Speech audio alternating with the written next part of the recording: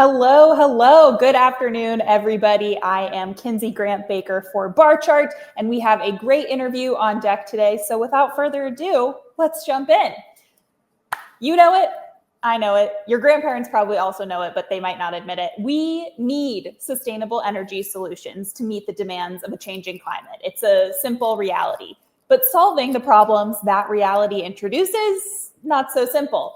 The dynamics of the energy industry are complex, nuanced, and variable. There are countless interests from different groups, lots of shifting tech standards, and an onslaught of energy demand that makes the need for solutions feel more pressing every single day. I mean, simply put, there's a lot going on. But there is good news. There are tech-forward companies rising to the occasion to create new solutions for our energy needs, no matter how volatile things might get. Today, we are going to hear from one such company. I'm very excited to welcome Nir Brenmiller, COO and co-founder of Brenmiller Energy, a company that provides sustainable thermal energy storage solutions as a player in the space for decades now. Nir, thank you so much for joining me today. How's it going? Thank you, Kinsey. Thank you for having me. It's great.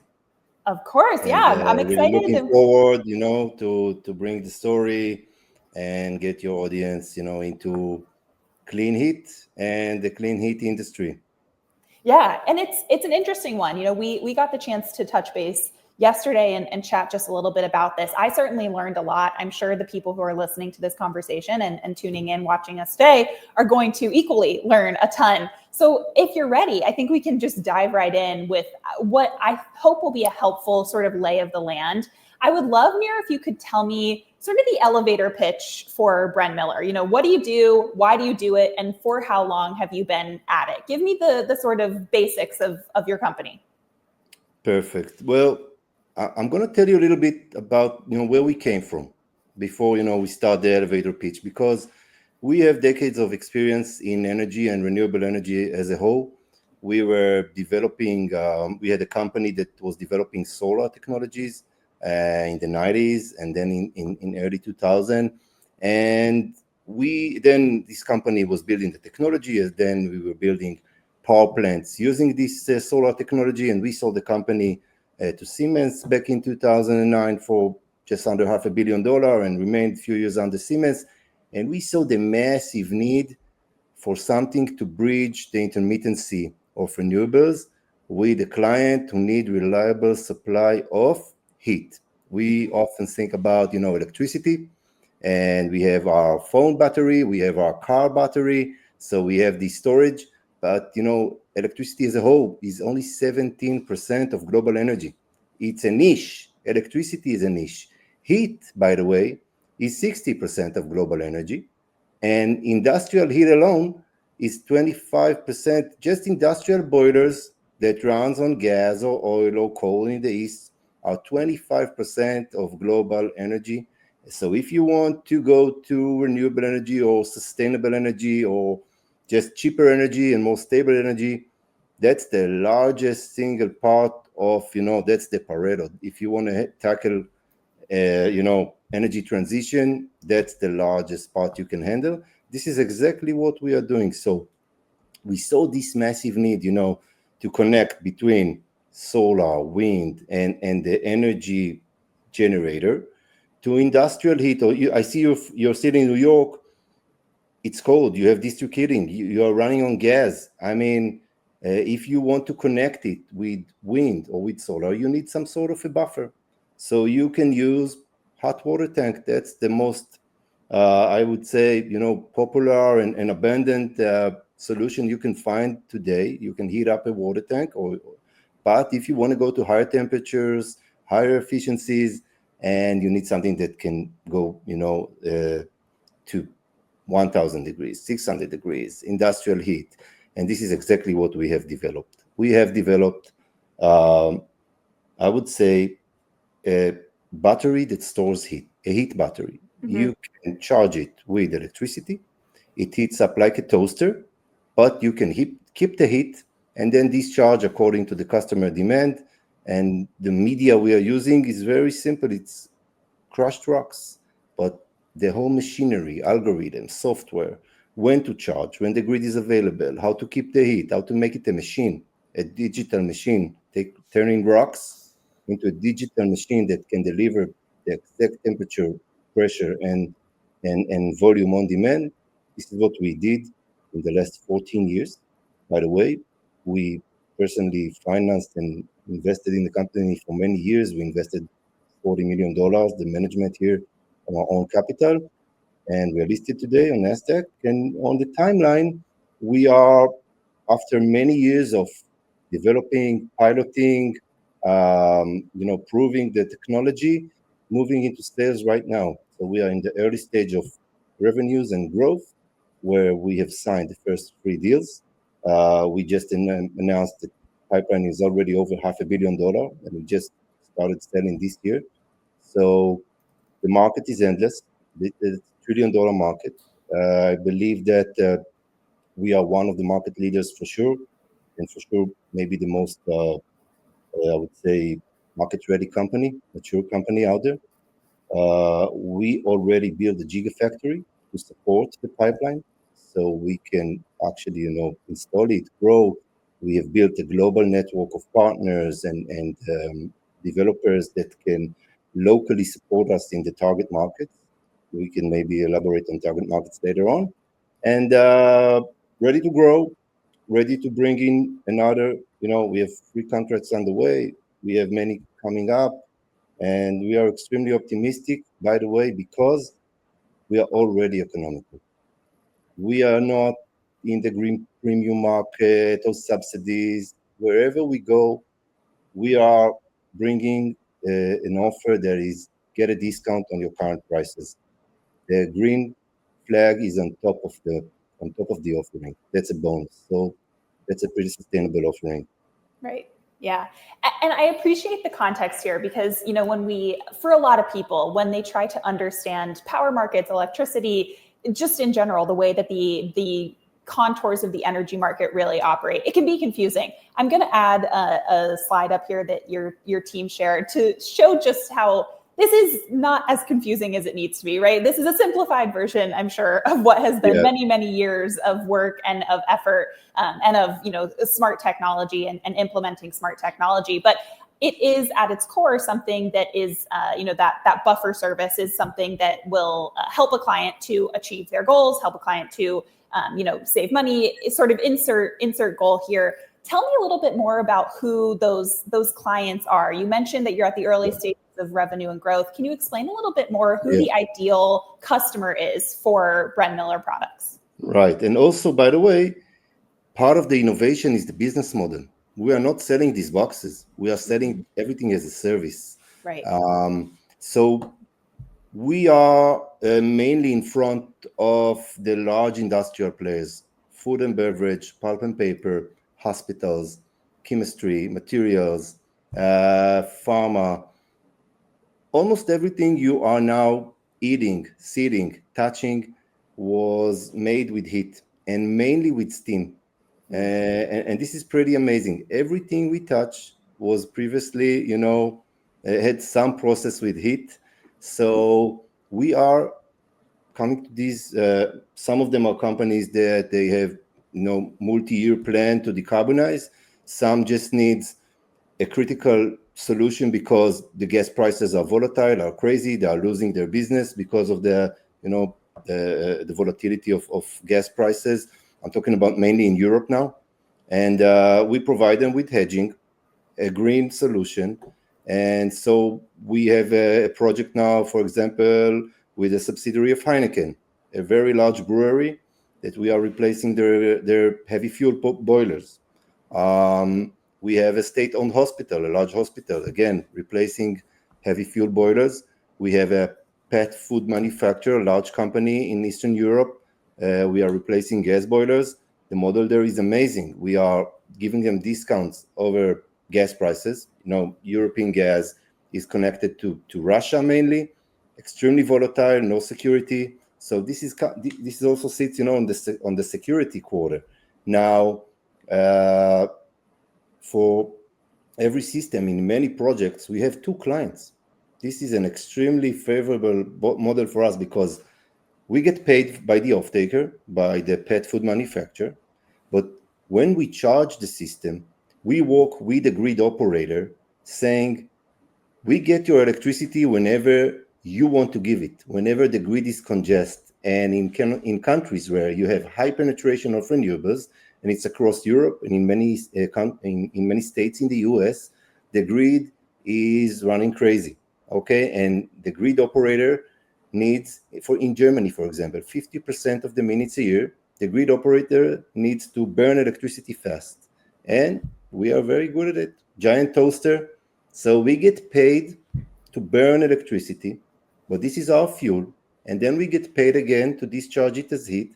So we have one system, two clients. On top of it, in Europe, you get subsidies and grants. So that's, for the near future, a very nice business model, even though these are the early years of the technology. In the future, of course, you can improve efficiencies, prices, temperatures, and still, keep it extremely, I would say, economical.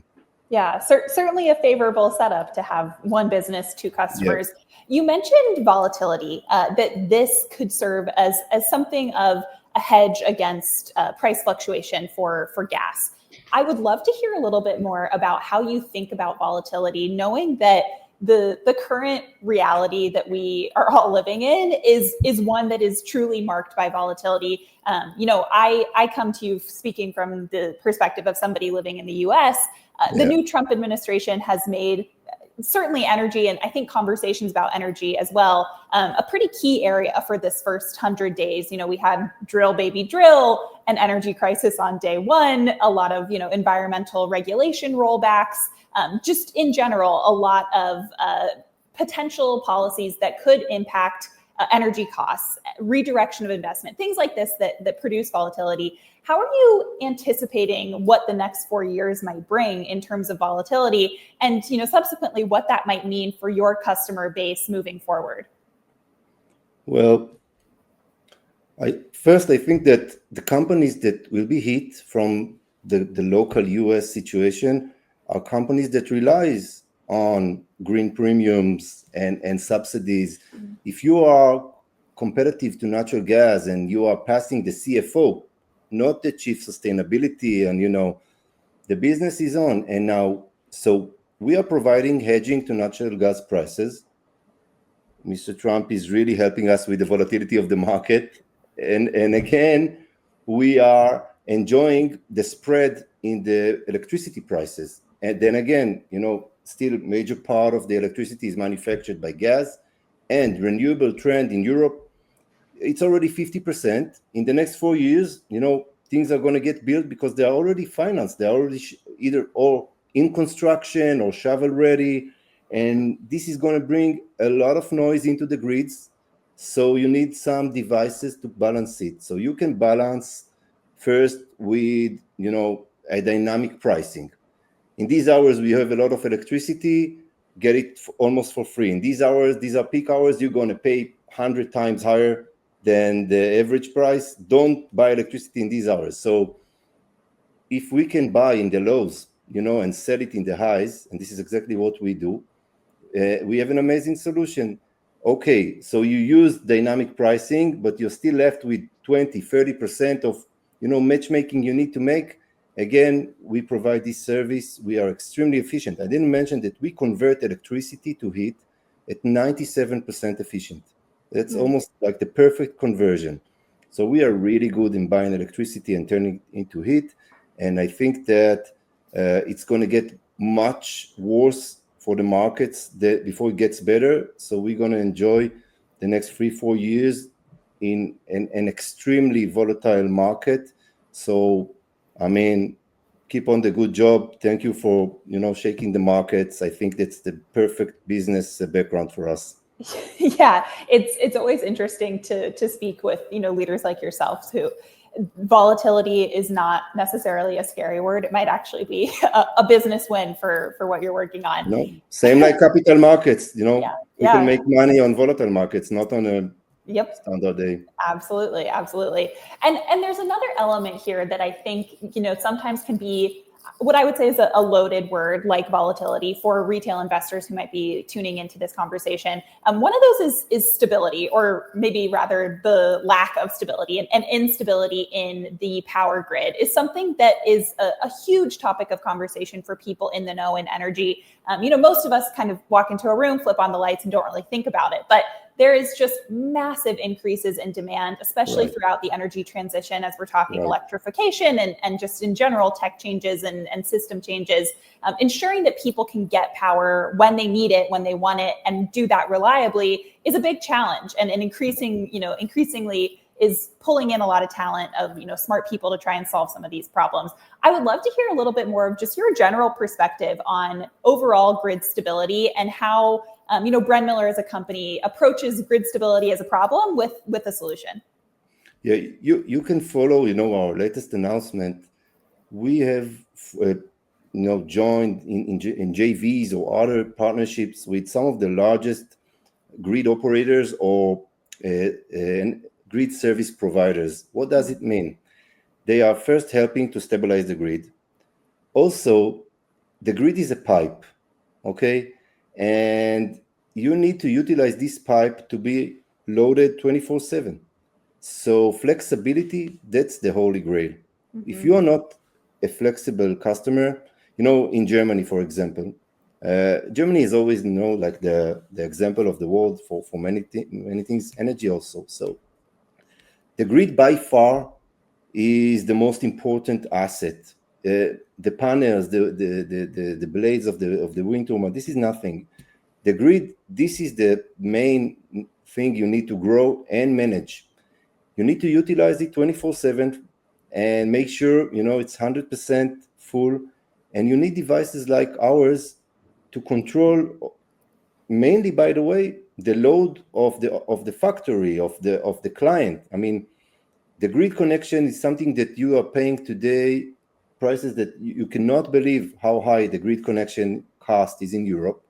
But if you are flexible, you can get a grid connection. If you are not flexible in the next upcoming years, you can't build a factory or increase your capacity. That's crazy. So really soon, it's going to be a condition to get a license for your building or factory, so you can go offline when we ask you to go offline, okay? And then you will need normal batteries like lithium-ion, but in industrial application, 80% is heat. So you need a heat battery, and the fact that heat batteries are coming into market, that's a fact. That's for sure. Now it's just a matter of how fast the adoption will happen. And I think that this is one of the main solutions for grid stability. Yeah. And it's, the idea that so much of this future that you're illustrating for us tends to kind of sound like a foregone conclusion, right? We have a certain amount of certainty when it comes to figuring out what the future of the grid looks like, what the future needs of that grid will be. I would love to, with that, kind of pivot to talk a little bit about the competitive landscape. You mentioned at the beginning of this conversation that you're farther along in the process than some of the other big players or maybe small to medium-sized players in this space as well. I would love to just hear a little bit of your perspective on what the future might look like for this like clean renewable energy reality that we're working toward.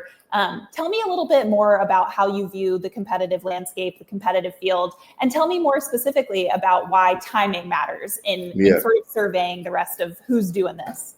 Well, that's the most conservative market in the world, the largest, the most conservative. It takes a lot of time to get into corporates, to bringing in new technology. Think about the brewery we are now building. It's 40,000 bottles an hour. If you stop it for 2 hours, I mean, that's it. So you really need to be, mature, well-proven, a professional, not just in developing technologies, also building, operating, and making sure that it stays on. Now, there are many technologies that are now being built for all sorts of flexibility. I'm going to focus on the heat side of things, okay? Mm-hmm. So thermal batteries, today, you have more than 30 companies that are developing technologies in many stages. Some of them are going to the hard-to-abate industries, extremely high temperatures. They're going to be in steel mills and melt whatever. We are not there.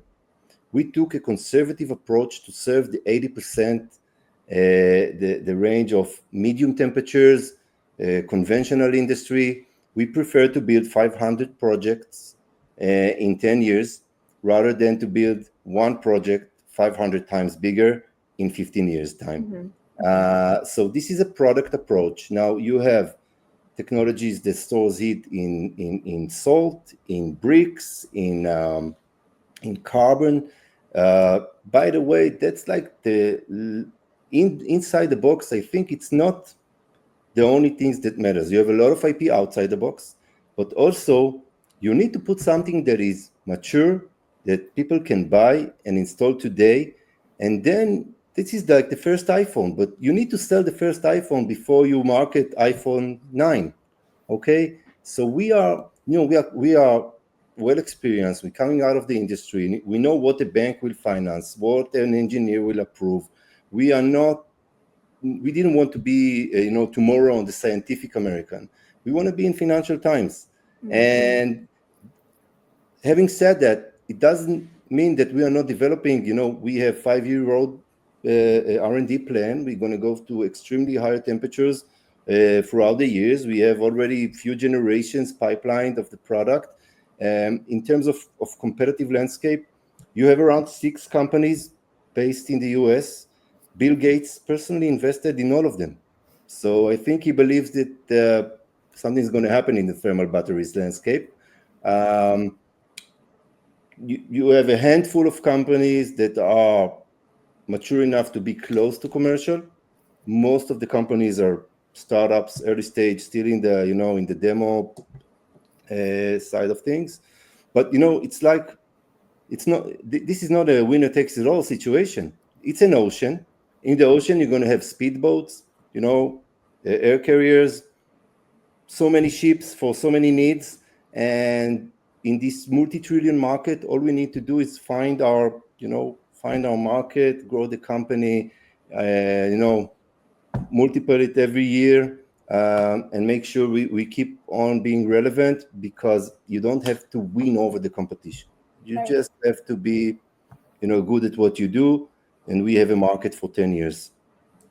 Yeah, it's a great point. I love the idea of thinking of sectors or industries as the ocean, and there are many different ways to get around, many different needs as we're navigating throughout an industry like that, certainly. So as we close out today, Nir, I would love to just hear a little bit more about what excites you. We've talked a good deal about what the future might hold, what the future looks like for this space, for storage in general, and how we achieve these, sustainable, scalable solutions to the storage problem and the grid reliability problem.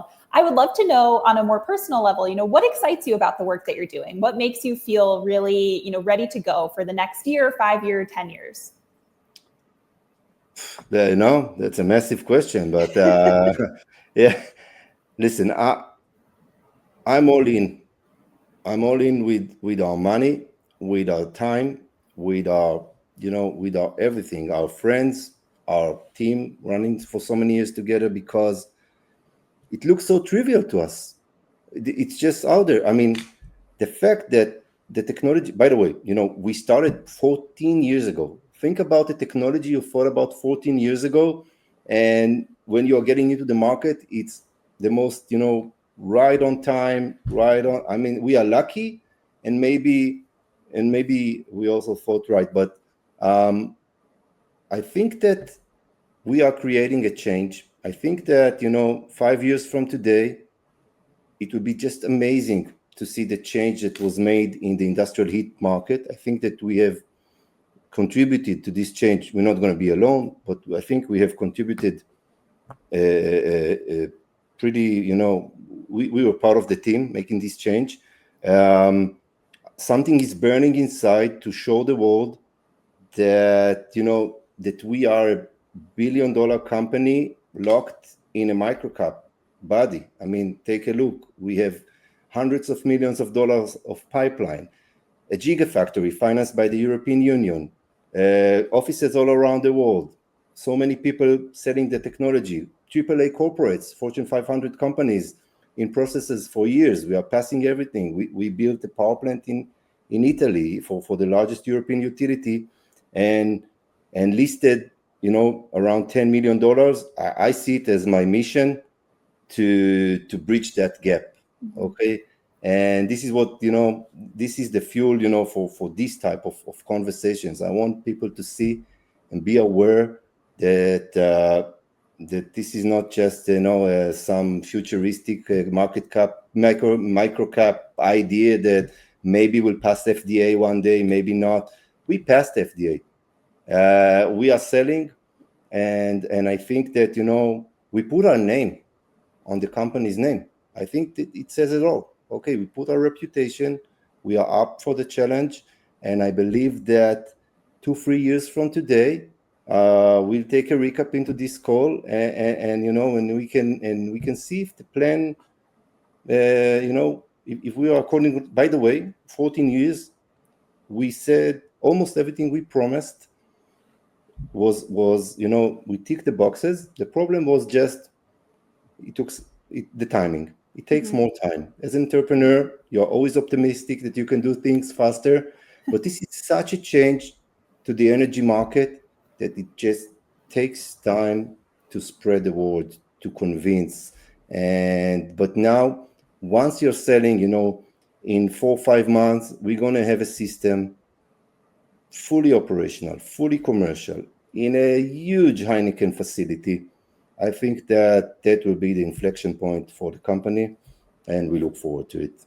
Yeah, it's a wonderful note to end on, I think, because it does, hit home one more time, this point that you made, that this is a real market, a real pipeline. These are real changes. It does take time. I can attest, you can, anybody listening can attest that it always takes longer than you think, but it has been, really wonderful, Nir, to hear your perspective, to understand a little bit more about what you're working on. I, as I mentioned, have learned a ton in our conversations, and I'm sure everybody who's listening into this has as well. So thank you so much. I really appreciate you taking Kinsey. I invite you to do the next live from the project.